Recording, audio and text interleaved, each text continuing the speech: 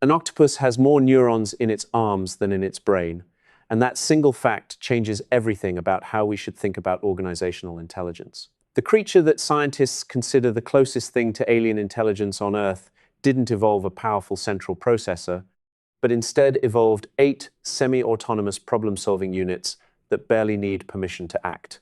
Back in 2004, Google had accidentally built the exact same architecture, and that same decade, Ashish Vaswani and 7 colleagues would write a paper called "Attention is All You Need" that Google would publish and then watch OpenAI use to beat them. Dismantling that octopus architecture may have cost Google the entire AI race.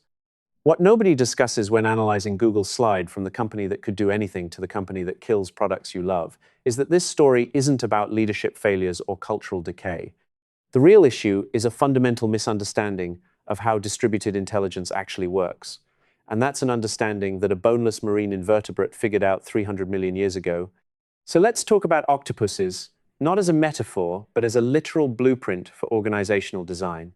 The common octopus, Octopus vulgaris, carries approximately 500 million neurons in its body, which for context is roughly what a dog has at 530 million. But here's where the distribution changes everything. Only 180 million of those neurons live in the octopus's central brain, while the remaining 320 million are spread throughout its 8 arms.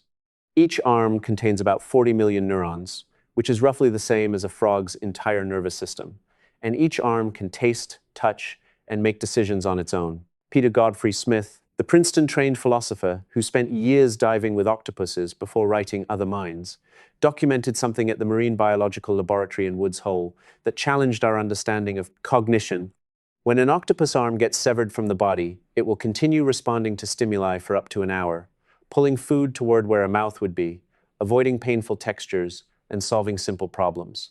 That arm doesn't know it's no longer connected to an octopus, and it just keeps being intelligent, which isn't a bug in the system, but the entire point of how the system evolved. Benny Hockner, a neuroscientist at Hebrew University who's spent decades studying octopus motor control, discovered something remarkable about arm coordination. The central brain doesn't send detailed instructions, but instead sends goals like, "Get that crab," or "Open that jar," and the arms figure out how to execute. Each arm's axial nerve cord processes local sensory information, what researchers call chemotactile data, combining chemical and touch signals, and generates motor commands without waiting for approval from headquarters. The brain sets direction, while the arms execute with autonomy.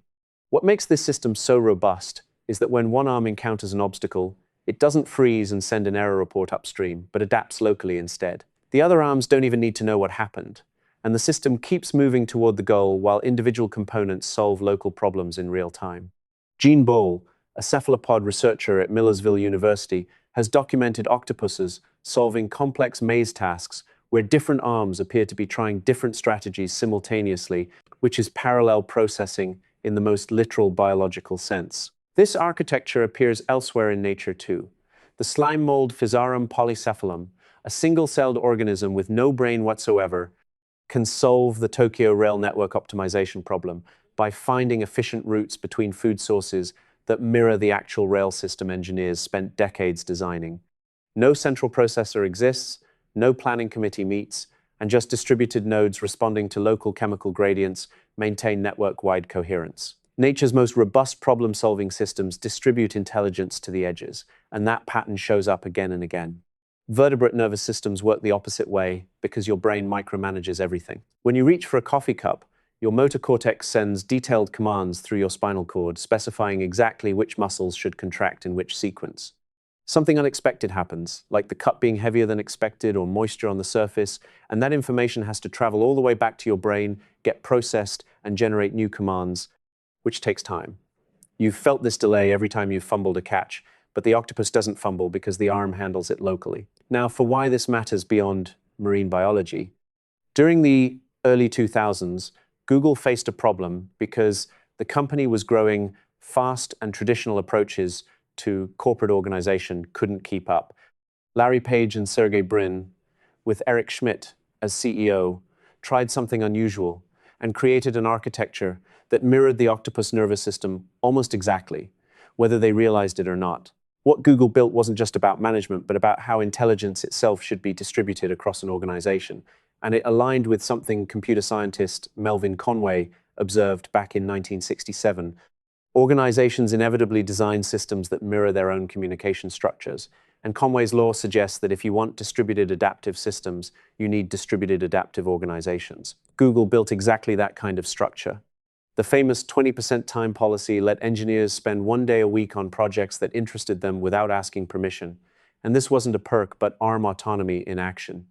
The central brain, meaning leadership, set the goal to make Google better, and the arms, meaning engineers, figured out how to do it.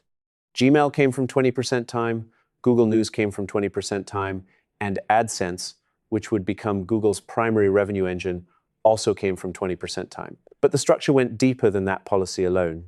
Google's early engineering culture operated on what they called small teams with big mandates, where a handful of engineers would get ownership of a problem rather than a task and have authority to solve it, however they saw fit.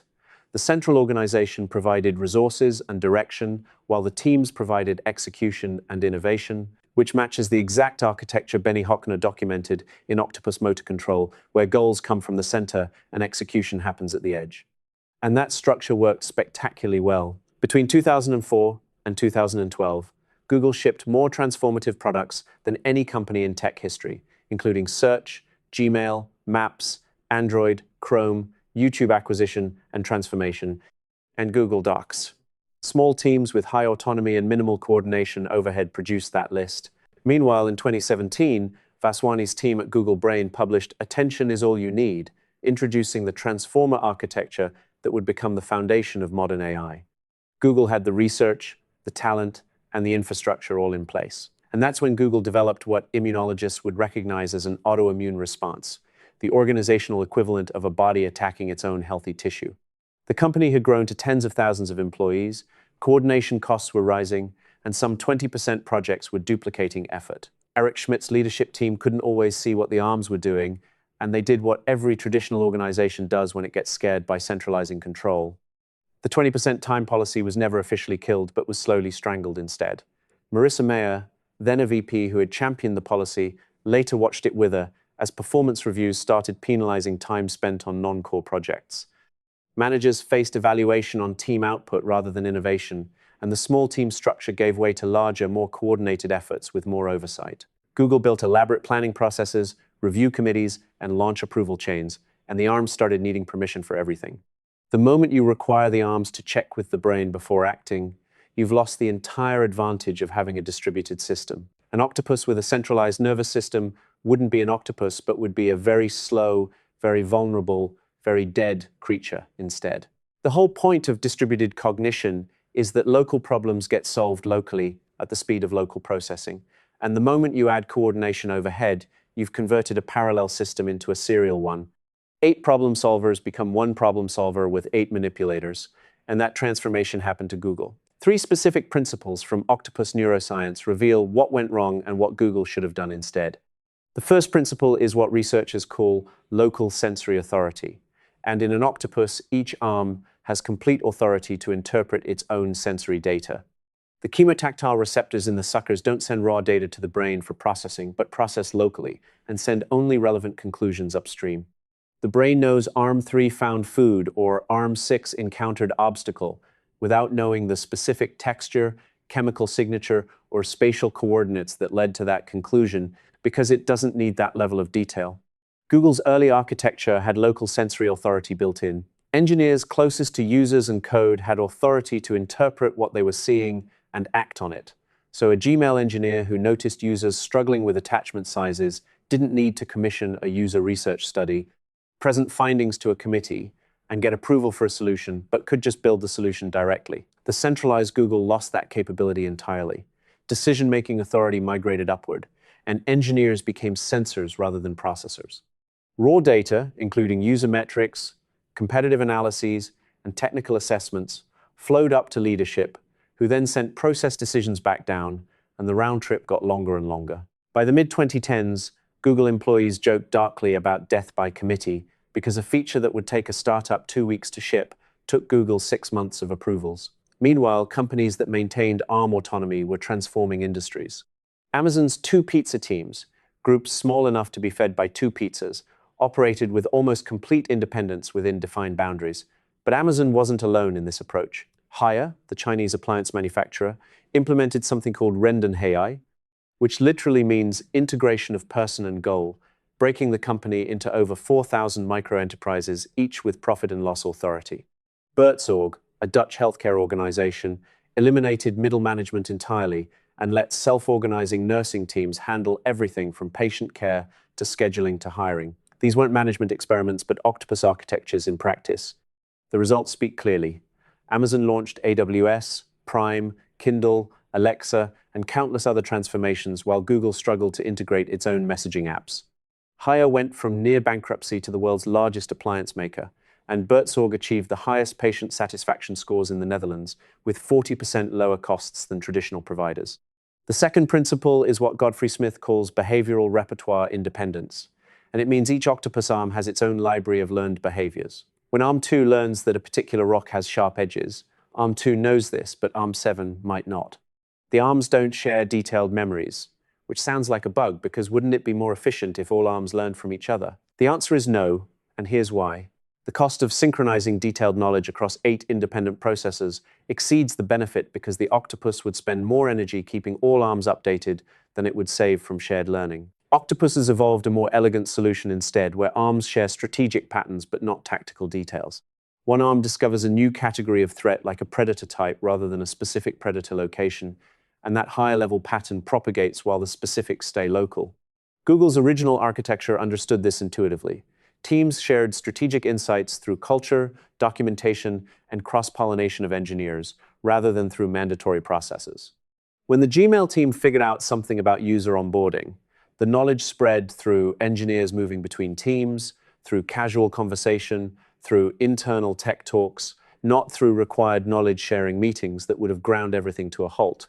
Centralized Google inverted this arrangement completely. They built elaborate systems for tactical coordination, including shared roadmaps, cross-functional reviews, and standardized processes, while letting strategic culture erode. Engineers started executing on detailed specs instead of absorbing principles, and the company became extraordinarily good at coordinating what it was already doing, while becoming extraordinarily bad at discovering what it should do next. This inversion explains why Google missed the AI moment they'd been preparing for over a decade. They literally invented the transformer architecture, and the T in GPT stands for transformer. The foundational Attention is All You Need paper came from Google Brain in 2017, authored by Vaswani and his co-authors Shazir, Parmar, Uskorite, Jones, Gomez, Kaiser, and Polasukin, all Google employees. Google had every advantage imaginable. OpenAI moved faster with a fraction of the resources because they operated more like an octopus, with a small team, high autonomy, and local sensory authority to determine that the moment was right. OpenAI's early structure looked almost amateurish from the outside, with no elaborate planning processes and engineers talking directly to leadership.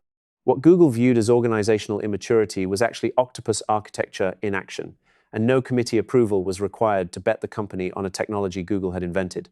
The third principle is the most counterintuitive one, and it explains Google's current predicament: strategic looseness at the center. An octopus brain is remarkably simple compared to its distributed nervous system, and it doesn't micromanage because it can't, since the bandwidth isn't there. The central brain evolved to do one thing well, which is maintain coherent goals across independent actors. The brain holds the get the crab intention while the arms figure out the how, and if the brain tried to coordinate the detailed movements of all 8 arms simultaneously, the system would collapse into paralysis. The counterintuitive implication is that the more capable your edges become, the simpler your center needs to be. Google went the opposite direction entirely. As the company grew more capable, with more engineers, more resources, and more data, leadership responded by building more sophisticated coordination mechanisms, including more planning layers, more review processes, and more cross-functional alignment. The center became increasingly complex, while the arms developed what psychologists call learned helplessness, the organizational equivalent of neurons that stop firing because they've learned their signals don't matter. The people in the arms remained brilliant engineers, but the organizational units became helpless. They couldn't act without permission, couldn't interpret local information and respond, couldn't try multiple strategies simultaneously. They were reduced to manipulators waiting for commands from an overwhelmed central processor, and that state describes Google today. Sundar Pichai, by all accounts a thoughtful and intelligent leader, is trapped in a system that requires him to coordinate everything while having bandwidth to coordinate almost nothing because the center is too complex and the arms are too dependent. The architecture itself is broken. So what would Octopus intelligence actually look like in a tech organization? First, you would define boundaries rather than processes. Each arm in an octopus has complete autonomy within its physical reach and can do anything within its space. The equivalent for a tech team is clear ownership of a problem space with complete autonomy within that space, not ownership of a task list or ownership of a quarterly OKR, but ownership of a problem entirely. The Santa Fe Institute, which studies complex adaptive systems, calls this bounded autonomy, meaning freedom within constraints. Second, you would invest in local sensing rather than central monitoring. Google's metrics dashboards are legendary and can tell you anything about anything at any time, but all that data flows to the center. An Octopus-style organization would push analytical capability to the edge, so teams would have their own instrumentation, their own interpretation, their own response capability, and the center would receive summaries rather than streams. Third, you would make coordination expensive, which sounds backward but turns out to be important. In the Octopus, inter-arm coordination happens rarely because it costs energy.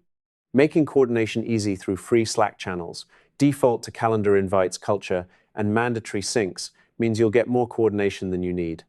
Arms will check with each other instead of acting, so you want coordination to be possible but expensive enough that it only happens when genuinely necessary. Fourth, you would hire for judgment rather than just execution. An octopus arm isn't a simple actuator, but a complete sensory processing motor system that can interpret and decide. If your hiring selects for people who execute well on clear instructions, you're building manipulators rather than arms.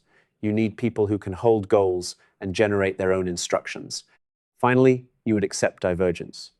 Different octopus arms sometimes work at cross purposes momentarily, with one arm pushing while another pulls. This looks like inefficiency, but it's actually search behavior where the system explores the solution space in parallel. Organizations that demand perfect alignment at all times have eliminated their capacity for parallel search. They've traded exploration for exploitation, which works in stable environments, but in rapidly changing environments, like when AI is about to transform your entire industry, that trade becomes fatal. What the octopus figured out 300 million years ago, what slime molds demonstrate without a single neuron, and what Google is still struggling to relearn all point to the same conclusion. Intelligence isn't about having a powerful center, but about having capable edges that can act on local information while staying loosely aligned to shared goals. Local sensory authority, behavioral repertoire, independence, and strategic looseness aren't separate principles, but all expressions of the same truth. Robust intelligence distributes processing to where information lives. The architecture is the strategy, and changing the architecture changes the capability. Most organizations try to solve problems by improving the center through better leadership, better planning, and better coordination. But the Octopus solution is the opposite. Improve the edges and simplify the center. Conway's law works in reverse, meaning if you want adaptive systems, you need to build adaptive organizations first. Google can still turn this around because the talent is there and the resources are there. DeepMind, their AI research subsidiary, still operates with more autonomy than most Google divisions, and not coincidentally still produces breakthrough research. What needs to change is the fundamental model of how intelligence should be distributed, less like a vertebrate, more like a cephalopod. The next time you see Google announce a reorganization, a new coordination mechanism, or a more elaborate planning process, ask yourself whether this makes the center simpler and the arms smarter, or whether it does the opposite. The octopus already knows the answer, and the question is whether Google will figure it out before the arms go numb entirely. Octopus, neuroscience, slime mold optimization, and tech organizational design appear to have nothing in common at first glance, but the underlying architecture problem is identical. How do you distribute intelligence across multiple actors while maintaining coherent behavior? That's what this channel does by finding the hidden structures connecting fields that seem unrelated. Want to see how jazz improvisation explains why your startup can't scale? Duke Ellington solved your coordination problem in 1943. Subscribe because that's coming next week. Comment below with the most centralized decision you've seen kill a good idea at your company.